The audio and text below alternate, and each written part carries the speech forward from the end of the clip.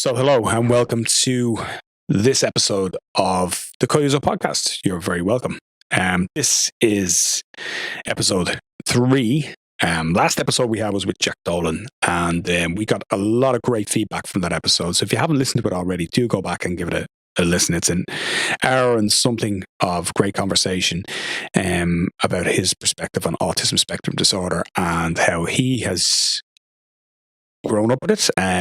How he's found it both helps and hinders him in his daily life and in Brazilian Jiu-Jitsu in particular, of course, which is what we are concerned about. But he was really frank, really honest, really forthright, more so than I anticipated, even though I knew he would be a very good interview. The reason that I think I'm fascinated by that kind of stuff, and I think it's really relevant to us, is look, autism is more, I don't want to say the word more prevalent, but certainly more noticed and more understood in modern society, and as a result more diagnosed. So you're going to meet more and more people with autism spectrum disorder as you grow, as you go through life. So if you're a coach, I think it's vital to understand that. And I think for the rest of us, who aren't coaching, or for anybody who isn't coaching, I think it's a great skill to have would be to understand and to have some knowledge of people's perspectives. Like I say, fascinating stuff. So thank you very much for the compliments from that. I got a few emails about that as well, which were really nice. A couple from parents of kids with autistic kids, and I think that was it's not something that's spoken about a lot. I think it's something that's spoken about a lot in like parenting circles and in like things like that. But in general sporting circles or in general life, I don't think many people hear the perspective of people who are either on the autism spectrum or parents of or anything else like that. So area of huge interest for me, and a pleasure to talk to Jack. So do go back and listen to that. Quickly before we start, first of all, to get on our newsletter, you go to kyuzo.ie, fill out this short little email form there, and you can be on listening to this episode before you even know it, because you'll be one of the first people to receive the, well, not this episode, future episodes, because you'll be one of the first people to see and receive the podcast here, but also you'll be also on the newsletter for lots of different articles, tips, tricks, videos, and so on. So really good. So go on there, kyuzo.ie, fill out the little email there, stick your email in, you'll have it. Next up, people are asking about future episodes. We have a couple in the can, and we have a couple on the way. So just to let you know about those. Actually have one ready to go with Sean Davitt. Sean is coach down in Gory Jiu-Jitsu Academy, Gory Grappling Academy. I wish I'd taken notes. Gory Grappling Academy, I think. And he is actually a judo assist coach. So in keeping, I guess, with the theme of Jack's discussion there, there was a lot to talk about there about how he coaches kids with special needs and adapts his programs down there in his classes. It's a judo assist program, which is an adaptive judo program. And we had a great conversation. We're going to release that in and around January. The reason being, I didn't want to just do the episode with Jack, which is all about autism, and then almost repeat ourselves a little bit with Sean, because a lot of stuff with autism comes up as well in that episode. So we skipped over there. So instead we'll have one of two episodes coming up as well. One's with Garda Jiu-Jitsu, the Garda Jiu-Jitsu Club. That's with Shane Courtney and Rory Quinn. That's on its way. We'll talk a little bit about their experience with Jiu-Jitsu over time, 2 black belts there, and how it's both helped and hindered them in their job. Well, I presume more helped than hindered, as well as their work in spreading Jiu-Jitsu throughout the law enforcement community here. And then I'll have one upcoming as well with Nathan Kelly, who's black belt here and pro MMA fighter, as you know, probably. And he and I are going to have a chat about something a little bit different, I think, than what's come up before, which is going to be around essentially growing up with Jiu-Jitsu and growing up and using Jiu-Jitsu as a guide for life as you navigate the teen years. So They're coming up. Hopefully you'll find those interesting. Today, though, it's all about a question and answer session. I asked for questions on Instagram and I asked for questions via email. I got a couple of really, really good ones and I got a couple that kind of crossed over into others. So I'm doing that kind of thing where, you know, when you get your favorite book that you read and you loved it, and then when you watch the movie of your favorite book, they've combined a few of the characters into one. Well, that's what I'm doing here. So I've got 4 questions. A couple of them are a little bit hybrids of a few questions together because they are kind of on similar themes. But I'm not going to tell you which one. I'm going to keep the surprise. You can figure it out for yourself. So I'll ask the first question after I get a sip of water. Throat's very dry.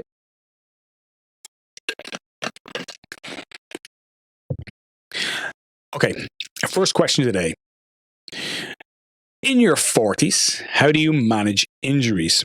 I find that when I'm training, I can do well for a few weeks, but then after a while, niggling injuries, nothing serious, start to catch up with me, and I have to take a time off the mat. So I guess this one is asked specifically to me because I am, believe it or not, in my 40s. So you can actually go on to give my blog a plug. It's grapplerman.com. That's my personal one where I just log my training, which you'll also get on the newsletter, by the way, as well. So when you're in your 40s, I think the first thing is the age is really significant. So obviously, when you're in your 40s, things don't heal as fast as they used to. You get a little bit stiffer, a little bit tighter than you were before. But I think there's 2 more factors that are really not talked about as much. So we always concentrate on the age, the number 41, 42, 45, 47, whatever it is. But the 2 factors that we need to talk about are mileage and maintenance. Mileage is how many miles you have on the clock. That's different from your age because you can have been an over 40 guy who is, you know, really fit, really healthy, looks after their diet really well, does yoga twice a week, and then comes to jiu-jitsu. Or you can be someone who was playing football for a long time, spent a lot of time on astro pitches, twisting and turning, and your knees might resemble Rice Krispies. Or you could have been someone who's sedentary and sitting on the couch, been sitting on the couch for 25 years, watching Netflix and eating pizza, and has decided to get back in shape in your 40s or in your late 30s. And you've got mileage too. So those 3 people are very, very different. And to say over 40s just because it's grouped in age does them all a disservice. So let's talk about mileage and maintenance. Mileage. Let me tell you a story. I went to the physio last year. I went to a consultant, had an MRI on my knee. I'd torn my PCL. That's the ligament, the large ligament at the back of the knee, opposite side of the ACL.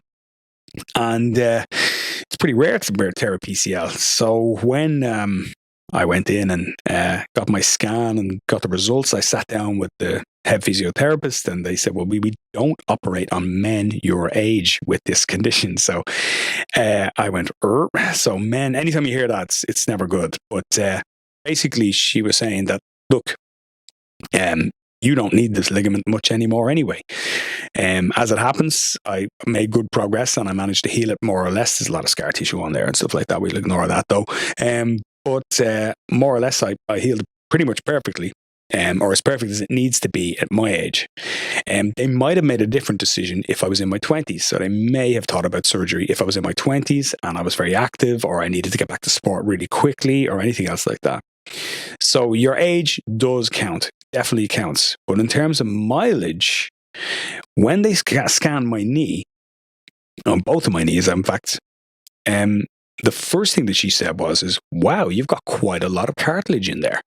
And I thought, is that good or bad? And she said, of course it's good. So she asked me, do I run? Did I play football? I said, yeah, I ran a bit, but only for training. Did I play football? I was like, yeah, but only socially, only like 5-a-side and stuff like that. You know, I didn't play since my teens.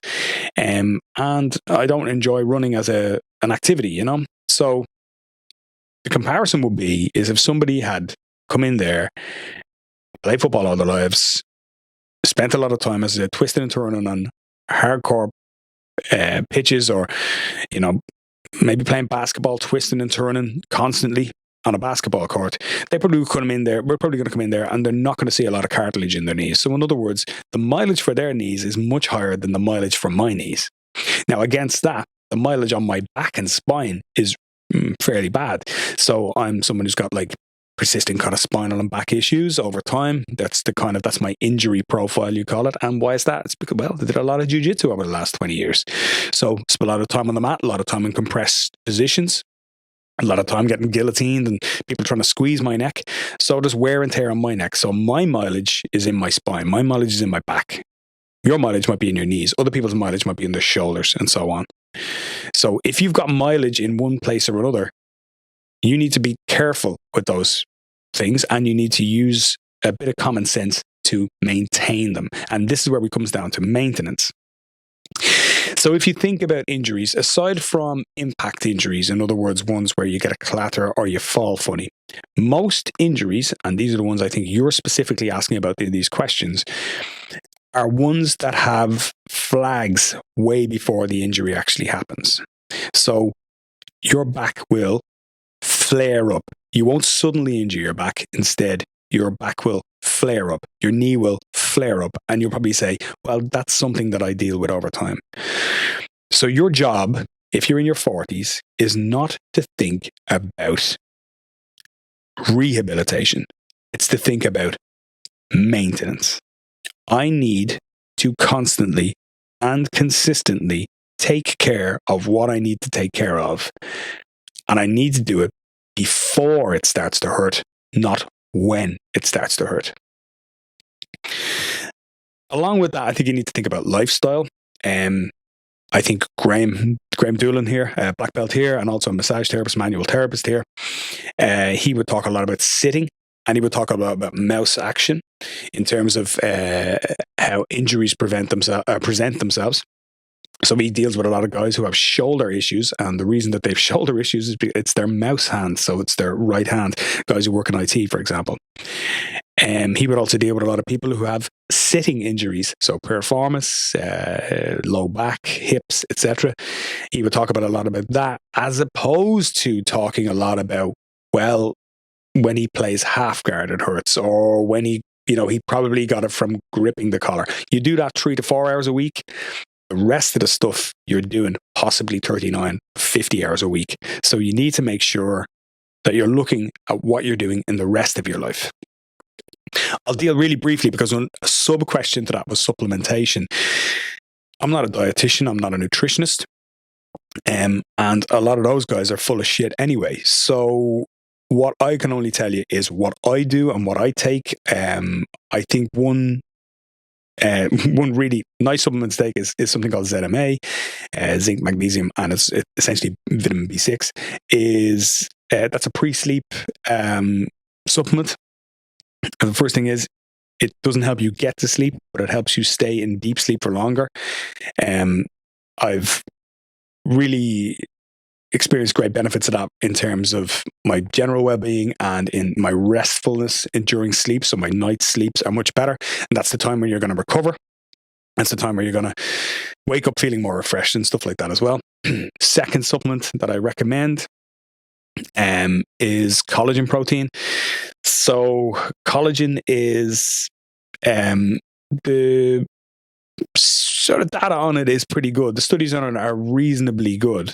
They're just not very long term, so it's a little more fresh to the athletic community than other supplements would be. But a lot of guys I really trust are recommending it, so I've begun to do that in the last kind of 18 months or so, and it's allegedly, and again, you've no definitive proof for this kind of thing. You've only have how you feel. Allegedly quite good for the joints and quite good for the your connective tissues. So it also helps apparently with your hair, but that does not affect me one way or another. But I started taking it directly after that knee injury that we spoke about earlier, to assist and help with healing. And look, I think I did come back a little bit quicker from it, and I did get a bit of a boost from it, I think. So it's not going to be a miracle worker, I don't think, but I think a lot of people are recommending it, particularly as you get older. So that's collagen. You can get that in most supplement shops now. The one that is non-negotiable for me is creatine. Now, if you want to talk about data and creatine now has 3 to 4 decades of positive studies, positive data on what the benefits are there. I'm going to go ahead and say you can't miss if you're supplementing with creatine, and it's a non-negotiable. So creatine side effects people talk about all the time. Oh, water retention. Are you trying to get in a wedding dress? You don't need to worry about water retention. Just you'll be a kilo extra heavier. Don't worry about that. The benefits are far exceed any drawback, and the drawbacks even at that are tiny. They're really, really minimal. The worst you're going to get is maybe if you're taking certain powdered ones that you might get a small upset stomach or something like that. So you just try and find something, if it's in tablet form or anything like that, that's more tolerable to you. Simple as that. Absolutely non-negotiable in my opinion, especially if you're over 40s. Do try it out. Check it out. Excuse me. Question 2 was I really like this one because of the proviso at the end of it. How to practice when not training. Videos? ? Books? ? Daydream? I like that. Daydream. And actually, I think of the 3 things that you've mentioned there, video, books, and daydream, I think daydream might be number 1. Maybe not daydream, but specific thinking, I think, might be another way around it. So again, you're going to practice jiu-jitsu for about 4 hours a week, maybe 5. If you're a really busy trainer, you might be 6 to 7 hours a week. But if you're looking to get good, I think thinking about your positions and analyzing what you've been doing in training is a really good way of getting better and really good way of improving. Now, for me, as a coach, I would prefer if people watched tons more jiu-jitsu. So if people actually watched video after video after video, I think they would really improve. The thing is, though, not all videos are created equal. And a lot of times people spend a lot of time watching technique. So instructional technique. Your hand goes here, step 1, step 2, step 3, step 4. That's the main type of video you're going to see online. Now, what I'm going to recommend to you do is that you think of a position that you need, somewhere where you're lacking or you want to know a little bit more about, you want to know a little bit more of. You pick that position, you watch a video on it, and immediately afterwards, you watch someone using it in sparring. So you watch an actual video of it taking place in a live environment with good training partners. Now, the good news for you on this is that most of the subscription services, if you do want to pay, most of the subscription services have cottoned on to this fact that this is a really effective and really good way of demonstrating the techniques that they are trying to show and trying to teach. Just thinking, and again, I have no affiliation, no connection with Lachlan Giles. I think I've recommended him before to quite a lot of people. But Lachlan Giles' Submeta is a very good site, and it's structured that way. So what you have is you've got a course on, say, for example, the close guard. And then below that, linked to those videos, you have videos of him sparring and using that in sparring against resisting partners. So not only do you see it and you understand it, you start to see how it actually looks like when it's demonstrated. For example, I can show you how to do, well, I might not be the best guy to show you this, but let's say I can show you how to dribble in football by using a bunch of cones. And you can dribble in and out the cones, and you can watch me do that 100 times. But it's only when you see someone in motion against somebody who's trying to stop them in a match, in a football match, that you'll really understand where it fits in and how it actually looks and the various adjustments you have to make based on what's in front of you. The dry practice is great. It's fine. It's great for learning a technique. How you actually develop skill is by doing it live. So why not also watch the dry practice and then watch the skill in action? So if you are going to use videos, I think that's the best way to use them, personally. I spoke about daydream books. Oh, sorry, we'll skip over books. Yeah, maybe. Back in the day, that's really what we kind of had. We didn't really have a lot of video. There was books and DVDs and VHSs, but there was only a few books as well. But I think videos and daydreaming but specific daydreaming. I'll give you something that I do. So when I'm on my way home from training and I've just trained, I've just done something and I've tried to do something and it failed or it didn't work. What I'll do is I'll think about it. And usually by the time I get in the car, I drive the 15 minutes home. By the time I've got to my doorstep, I've usually figured out what I did wrong, or I figured out what I need to do for the next day, or if I need to add something to a position. So actually thinking specifically about what you've done and maybe even making notes about it, I think that's a great way of practicing when you're not training as well. Okay. Let's have a look at the next question. I'm drinking a lot of water today. I got sick about 3 or 4 weeks ago, and my throat just hasn't been the same since. So I guess it's winter. Okay. Opinions on professional jiu-jitsu. Is it growing the sport? Yes and no. I think the thing that's really grown the sport of jiu-jitsu is the organization of the IBJJF. I think if everybody's really honest about that, I think that's the main thing that's grown jiu-jitsu. That we have a massive platform to compete throughout the world. We've got world championships, European championships, major events. All of these things didn't really exist before about 2003, 2004. The World Championships existed, of course, but the platform upon which we all compete now, that really didn't. Excuse me, this is brutal. A terrible listen for you. So, professional jiu-jitsu, pro jiu-jitsu, after a couple of stop-starty style things with Meta Morris and so on. I think over COVID in particular, when we were all sitting at home, not really having a lot to do and a lot to watch, I think a lot of those shows really took off because they replaced a lot of our interest in jiu-jitsu. They've given a lot of athletes a really good platform. They've certainly made a lot of athletes a lot of money, and they're making, I think, a lot of shows a lot of money.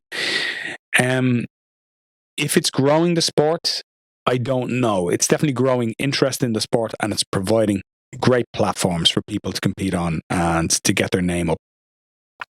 What I would worry about is that a lot of the organizations that are running these pro shows are somewhat dependent obviously on viewing figures. That's normal. That's the normal thing. But a lot of them seem to be dependent upon a large sponsor whose largesse is keeping them afloat. So I would worry and wonder about the sustainability of shows like that. So, for example, CJI was super. I really enjoyed it. I wonder, is that sustainable in the long term? Because once people become slightly disinterested, sponsors or whatever, and they pull the plug, is it possible still to run that show at that level of money? It's what I wonder. But pro jiu-jitsu, I like it. I like the fact that my sport can keep people in a living. I always like stuff like that. But growth of the sport, I think the main growth of the sport of Brazilian Jiu-Jitsu, is going to be in getting more kids involved at a younger age, building a broad base to our pyramid, so that more and more people enjoy it, compete in it, train in it. And that's what's really grown the sport in the last 20 years. And what you're seeing in pro jiu-jitsu is the culmination of that, as opposed to it being the impetus or stimulus for growth. My opinion. I am drinking a lot of water today. Voice is going almost completely. Good thing we're on our last question then. What, in your opinion, is the hardest mental obstacle from a competitor standpoint? There's 3 things I think you need to be strong with mentally when you're competing. The first is commitment on the day that you decide you're going to sign up and you're going to go. Number 1, commitment. And There was a saying in my household growing up, which was, if you enlist, you must soldier. So the moment that you do it, you've signed on for it, you must follow through. So commitment and starting out, that's the first one. Get over that mental obstacle and say, no, I am going to do this. This is going to be my thing. And the moment you sign on that dotted line, then the next thing is maintaining the discipline to train hard enough to win. Not that you're guaranteed to win, but to train to win, to train to be the very best version of yourself. Because one word that I hate to hear is experience. I am doing it for the experience. Here's a news flash. You're going to get the experience one way or another. So why not have that experience be being the best version of yourself on the day? Win, lose, or draw. Because a lot of times I think people say, well, I'm going to go in for the experience. And I'm going to see how it goes. If you see how it goes, you're going to go in to see how it goes. I've got news. You're going to lose. You're going to go out in the first round. So you don't go in to see how it goes. You create a plan and generate a plan. And how it will go will be the best version of you.